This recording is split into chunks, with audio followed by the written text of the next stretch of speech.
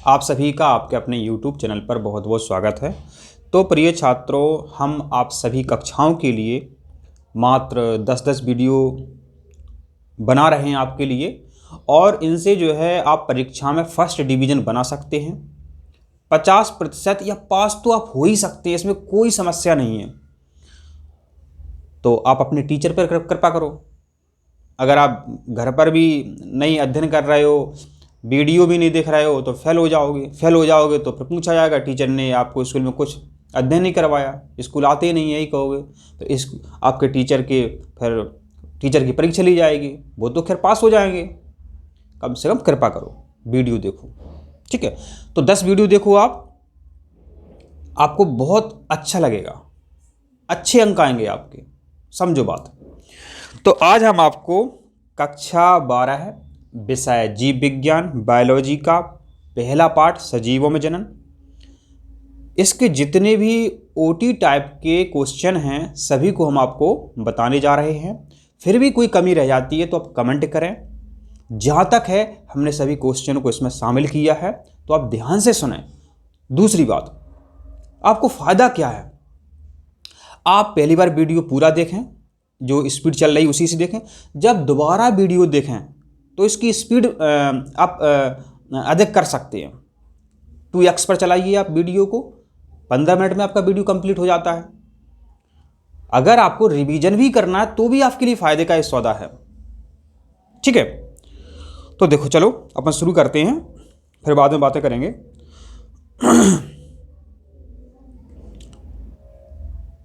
बच्चों, जो आपका पहला प्रश्न है, इंपॉर्टेंट पार्ट ही है, सजीवों में जनन।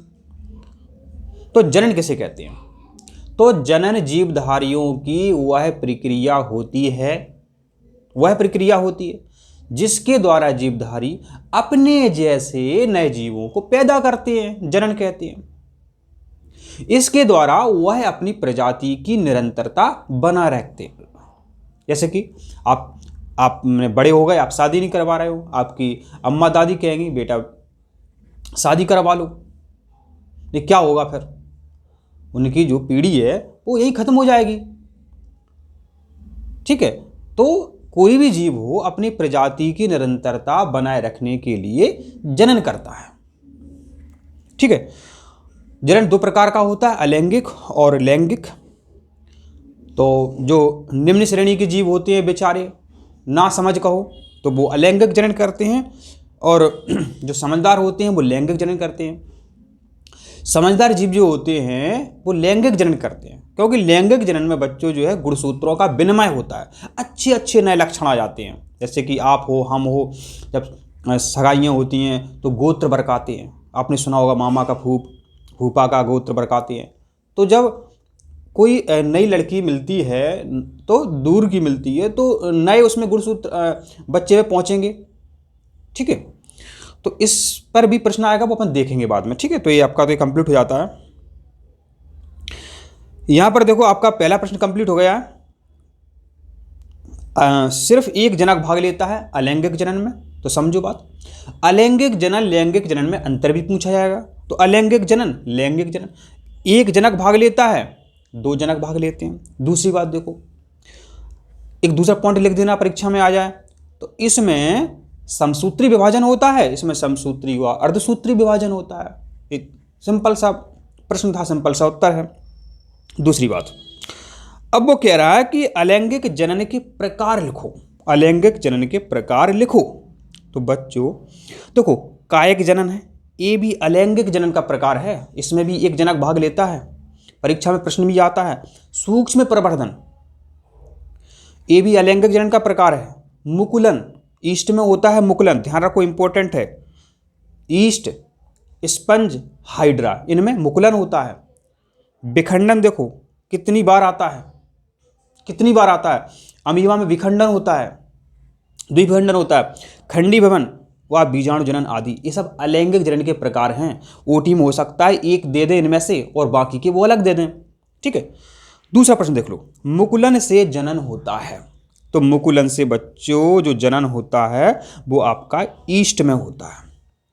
मुकुल बन जाता, मुकुल माने उभार, ईस्ट एक जीव होता है, उसमें उभार बन जाता है किसी भी से, वो धीरे धीरे अलग हो जाता है, उससे एक नया ईस्ट बन जाता है। सिंपल सा प्रश्न था, सिंपल सा उत्तर है।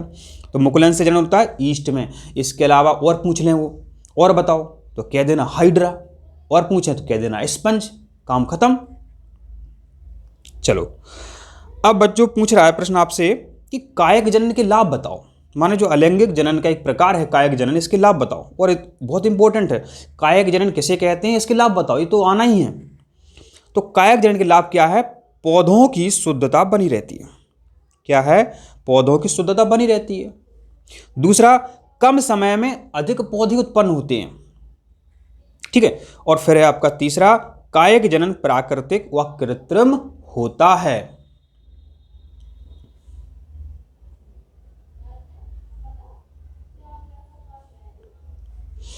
अब बच्चों बहुत अच्छा प्रश्न है, क्लोन किसे कहते हैं? समझो, क्लोन माने होता है फोटोकॉपी। आप किसी भी पेज की फोटोकॉपी करवाने दुकान पर गए, उसने फोटोकॉपी कर दी एक जैसे की। अब कभी पहचान में नहीं आता है, साफ फोटोकॉपी कर दी कि कौन सी फोटोकॉपी मैन है, कौन सी फोटोकॉपी है। इसी तरह जीव भी होते हैं।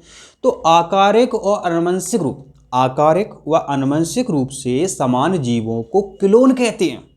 आकारिक व आनुवंशिक रूप से समान जीवों को क्लोन कहते हैं। अब कौन सा ऐसा क्लोन जीव बनाया गया था वैज्ञानिकों ने? तो डॉली भेड़ बनाई थी भाई साहब, डॉली भेड़। ठीक है। चलो अब पौधे या जीव में प्रावस्थाएं होती हैं। तो बच्चों अपन है, पहले अपन किशोर भय होंगे, तो और पौधे भी ऐसे किशोर होती हैं। ठीक है। तो इसको वो क्या बोलेंगे? पहले किशोर अवस्था अपन में हो गई और कायिक अवस्था पौधन में कह देते हैं। अब पौधन में कैसे पहचानोगे? उनमें पुष्प लगना शुरू हो जाएगा, तो वो कायिक अवस्था आ गई उनमें। अब प्रजनन अवस्था, उसमें फूल आना शुरू हो जाएगा। फूल आने के बाद और प्रजनन अवस्था हो गई, और वृद्धावस्था माने जीर्णावस्था, सभी उपापचय क्रियाएं मंद हो जाती हैं और जीव मृत्यु को प्राप्त हो जाता है। ये वृद्धावस्था। तो ये प्रावस्थाएं होती हैं। ओटी टाइम में पूछ सकते हैं वो कि बताओ प्रावस्था दे देंगे, और उनमें से एक प्रावस्था रहेगी, या तो किशोर अवस्था रहेगी, या प्रजनन अवस्था रहेगी, या वृद्धावस्था रहेगी। ठीक है। किशोर अवस्था इंपॉर्टेंट है और पूछी जाती है। और पौधों में कौन सी अवस्था होती है? जैसे किशोर अवस्था कहते हैं, तो कायिक अवस्था होती है, इंपॉर्टेंट है।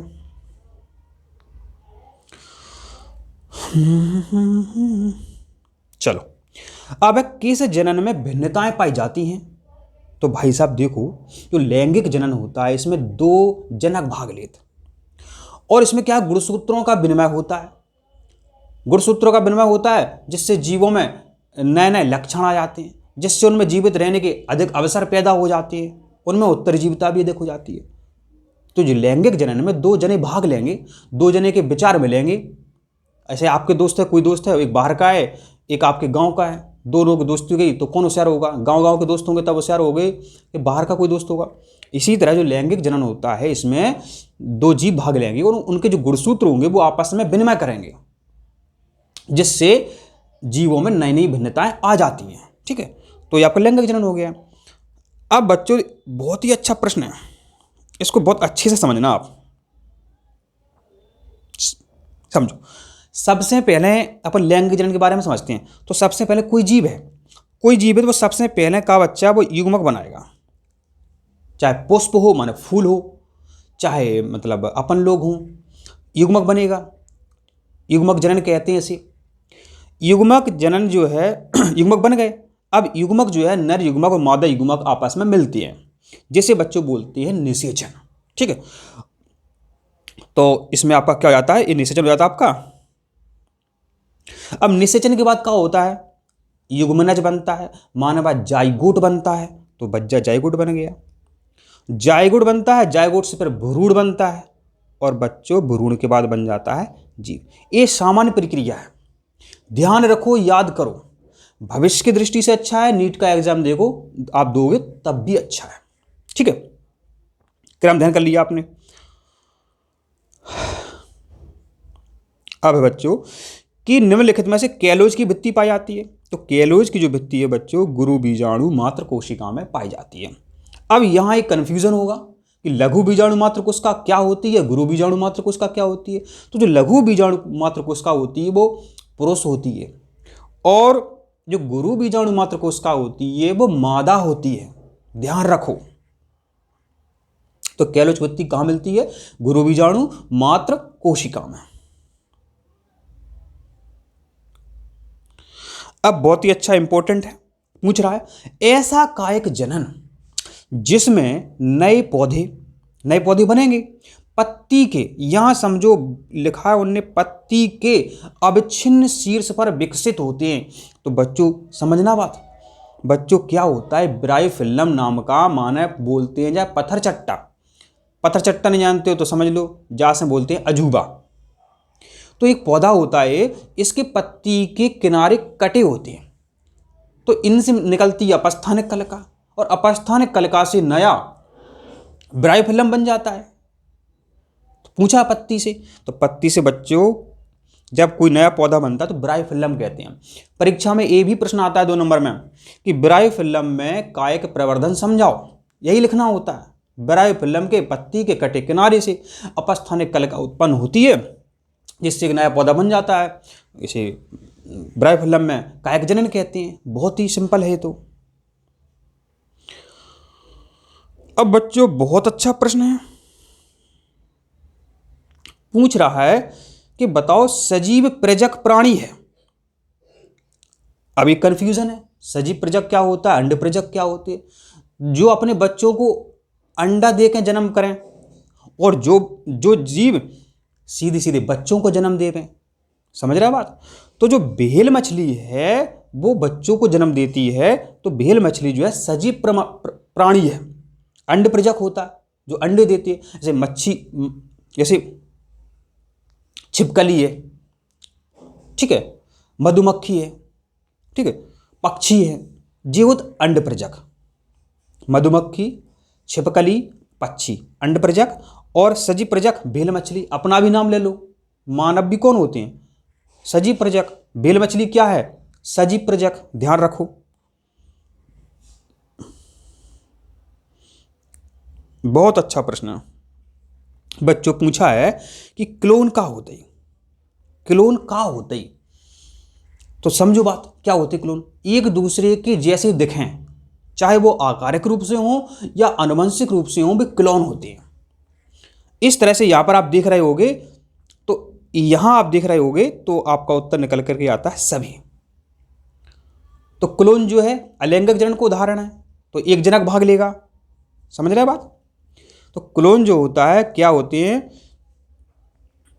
वे जीवधारी जो आकारिक और आनुवंशिक रूप से एक दूसरे के समान होते हैं, क्लोन कहलाते हैं। अब बच्चों आ गया है आपका अगला प्रश्न, पूछ रहा है कि शिशुओं को जन्म देने वाले प्राणी का कहलाते हैं। तो शिशुओं को जन्म देने वाले प्राणी बच्चों कहलाते हैं सजीव प्रजक। कितना अच्छा प्रश्न है, बहुत अच्छा प्रश्न है। युग्मनज माने बच्चों होता है जाइगोट। कैसे बनता है? युग्मक मिल गए, बन जाएगा जाइगोट। युग्मक होता है, नर और मादा युग्मक है, अगुणित XX दोनों मिल गए तो क्या बनेंगे? अब 2X, क्या बनेंगे? 2X। तो आपका उत्तर क्या हो जाएगा? 2X। समझ गए बात?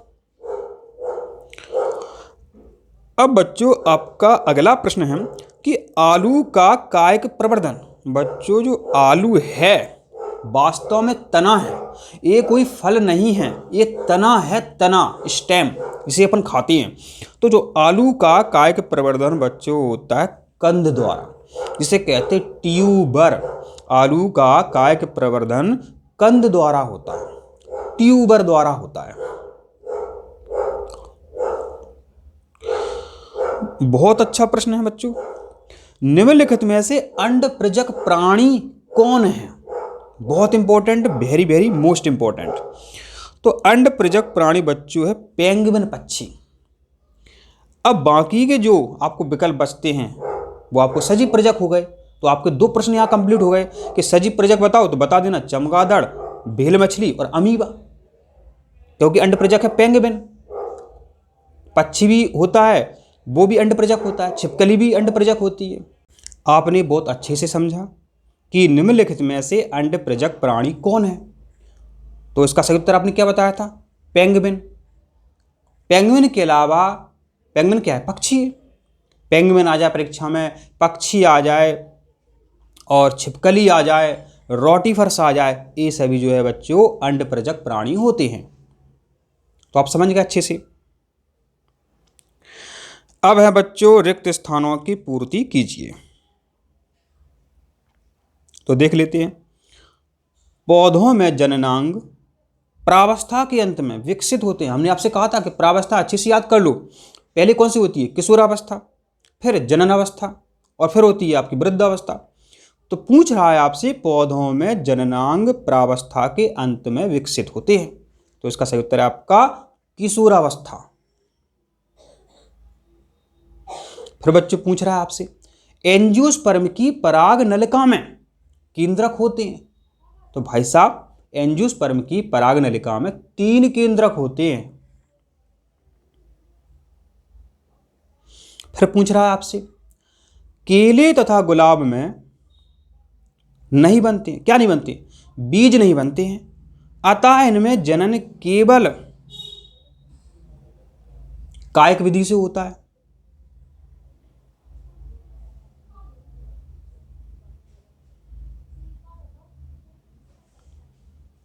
फिर है प्राणियों में जननांग अवस्था में विभेदित हो जाते हैं। तो इसका सही उत्तर है आपका भ्रूण। और फिर है तालाबों में आइकोरनिया की सहायता से वृद्धि करता है। तो इसका सही उत्तर है भूस्तारिका। और फिर है गुणन की दर की अपेक्षा किस जनन में अधिक होती है? तो बच्चों जो गुणन की दर है वो लैंगिक जनन की अपेक्षा अलैंगिक जनन में अधिक होती है। माने अलैंगिक जनन से कम समय में अधिक बच्चे उत्पन्न हो सकते हैं। जैसे आपने सूक्ष्म प्रवर्धन देखा था, उसमें जो पौधा होता है उसकी जो सीड्स कोशिकाएं होती हैं उनसे हजारों पौधे बना सकते हैं कम समय में। अब बच्चों जनन वह प्रक्रिया है जिसमें सजीव अपने ही समान आकृति और रूप के नए जीवों को उत्पन्न करते हैं, जनन कहते हैं। रिक्त स्थान पूछा जाए तो लिख देना, क्या समस्या। अब है एक शब्द में उत्तर दीजिए। अब है अलैंगिक प्रजनन के फलस्वरूप उत्पन्न एक जनकीय संरचना एवं आनुवंशिक गुणों में समान संतति को क्या कहते हैं? क्लोन कहते हैं। बहुत ही सरल है। एक समान क्या है? क्लोन होगा। जब आकारिक और आनुवंशिक गुण किसी में समान हैं तो वह जीव क्लोन होता है। क्लोन होता है, क्लोन। फोटोकॉपी एक दूसरे का। फिर है जूस्पोर्स द्वारा प्रजनन करने वाले एक शैवाल का नाम बताओ। इंपॉर्टेंट है। इसका नाम है क्लैमाइडोमोनास। जूस्पोर्स द्वारा प्रजनन करने वाले एक शैवाल का नाम बताओ। इसका सही उत्तर है क्लैमाइडोमोनास। फिर है गैम्यूल द्वारा वर्धी प्रजनन करने वाला जीव कौन सा है? तो इसका सही उत्तर है स्पॉन्जिला। क्या सही उत्तर है? स्पॉन्जिला। फिर है कशाविका युक्त बीजाणुओं को क्या कहते हैं? तो कशाविका युक्त बीजाणुओं को जूस्पोर्स कहते हैं। कशाविका युक्त बीजाणुओं को जूस्पोर्स कहते हैं। फिर है अजूबा की पत्तियों में कौन सी कलिकाओं के द्वारा वर्धी प्रजनन होता है? अपस्थानिक कलिका। ध्यान रखो, अपस्थानिक कलिका के द्वारा नया ब्रायोफिल्म माने पत्थर चट्टा बन जाता है। अब बच्चों बहुत ही इंपॉर्टेंट, अंडप्रजक जीव है मधुमक्खी, छिपकली, पक्षी व रोटीफर्स। ये सभी क्या है? अंडप्रजक जीव होते हैं। कौन कौन? मधुमक्खी, छिपकली, पक्षी, रोटीफर्स। अब है मध चक्र पाया जाता है। तो इसका सही उत्तर है गाय में। और फिर है अंडाशय भित्ति से बनती है। समझो बात, पौधा है, फूल आ गया, किशोरावस्था आ गई उसमें। अब उसमें निषेचन हो गया तो बीजांड से बीज बनता है, अंडाशय भित्ति से फल भित्ति बनती है और अंडाशय से फल बनता है। ध्यान दो, बीजांड से बीज, अंडाशय से फल, अंडाशय भित्ति से फल भित्ति माने छिलका, फल का छिलका, फल भित्ति। फिर है एक लिंगी जीव है तिलचट्टा, एक लिंगी जीव होता है। द्विलिंगी जीव है केंचुआ, द्विलिंगी जीव है केंचुआ।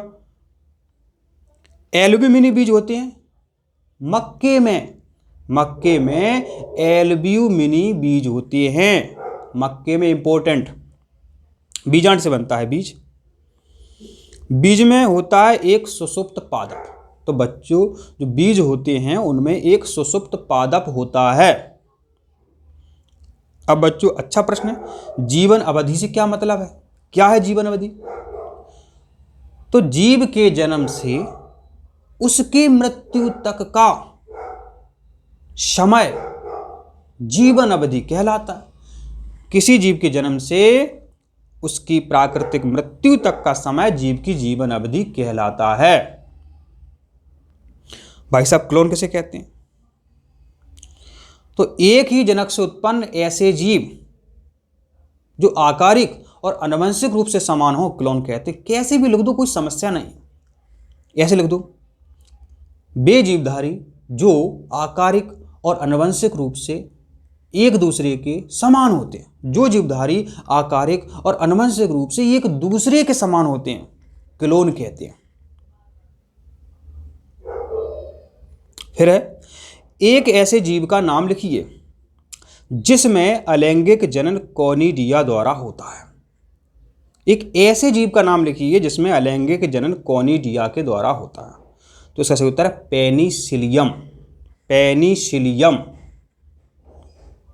अब है अपने जनक के समान पौधे प्राप्त किए जाते हैं तो अलैंगिक जनन से। तो इसका सही उत्तर है तना। फिर है जड़ व तना से जनन के आप उदाहरण बताओ एक दो जो आपको आते हों। तो देखो बच्चों यहाँ पर देखो, जो जड़ है, डहलिया का नया पौधा जड़ से बनता है और आलू जो तना है इससे नया पौधा बनता है। आलू में कलका बोलते हैं, आँख बोलते हैं, उससे नया आलू बन जाता है। अब पत्ती से जनन होता है, माने पत्ती से नया पौधा बनता है। तो ब्रायोफिल्लम और बिगोनिया, ये दो ऐसे पौधे हैं जो पत्ती से जनन करते हैं, ब्रायोफिल्लम और बिगोनिया। अब है प्रकंद द्वारा वर्धी प्रजनन किन पौधों में? अब है प्रकंद द्वारा, किसके द्वारा? प्रकंद द्वारा वर्धी प्रजनन किन पौधों में होता है? तो बच्चों प्रकंद के द्वारा वर्धी जो प्रजनन होता है वो आपका अदरक और हल्दी में होता है। अदरक और हल्दी में प्रकंद के द्वारा जनन होता है, ध्यान रखो। अब बच्चों है आपके सामने अगला प्रश्न, एक ऐसे जंतु का नाम बताओ जिसमें अनुप्रस्थ द्विविभाजन, ध्यान दो, द्विविभाजन परीक्षा में नहीं आए फिर क्या करोगे? फिर क्या करोगे? फिर क्या करोगे? माने मतलब द्विखंडन, मतलब द्विखंडन, मतलब द्विखंडन, ठीक है। तो ये है आपका पैरामीशियम, इसका सही उत्तर है पैरामीशियम। पैरामीशियम में द्विविभाजन होता है, मतलब द्विखंडन होता है। अब है वृद्धावस्था का क्या मापदंड है? वृद्धावस्था का क्या मापदंड है? प्रजनन की आयु की समाप्ति को जीर्णता या वृद्धावस्था के नाम से जाना जाता है। समझ गया बात? प्रजनन की आयु की समाप्ति को जीर्णता या वृद्धावस्था के नाम से जाना जाता है। अब है उभयलिंगी क्या होता है? वह जीव या पौधा जिसमें मादा तथा नर दोनों प्रकार के जनन के लक्षण पाए जाते हैं, उन्हें उभयलिंगी जीव कहते हैं। उभयलिंगी जीव का नाम बता देना, केंचुआ अभी पढ़ रहे थे अपन। फिर है उभयलिंगाश्रयी पौधों के नाम बताओ। तो ध्यान दो, पौधों का पूछा आपसे, कुकुरबिटा है आपका, नारियल है, ये उभयलिंगाश्रयी पादप के उदाहरण हैं, माने द्विलिंगी पादप के उदाहरण हैं। कुकुरबिटा तथा नारियल। और पता है आपको, जो पपीता होता है वो एक लिंगी पौधा होता है। ठीक है, तो बच्चों इस तरह हमने आपको बहुत ही इंपॉर्टेंट प्रश्न बता दिए हैं। आशा करते हैं बच्चों आपको समझ में भी आ गए हैं। इसी तरह आपको वीडियो देखना है तो आप वीडियो को लाइक कर दो, चैनल को सब्सक्राइब कर दो। इसी तरह आपको 10 वीडियो देंगे, उनसे ही परीक्षा में आपको प्रश्न देखने को मिलेंगे। यहाँ हमने आपको जो इंपॉर्टेंट प्रश्न दिए हैं वो भी अच्छे से याद कर लो, जिन्हें हम अगले वीडियो में आपको समझाने वाले हैं। इसलिए आप चैनल को सब्सक्राइब जरूर करें, वीडियो को लाइक करें। धन्यवाद।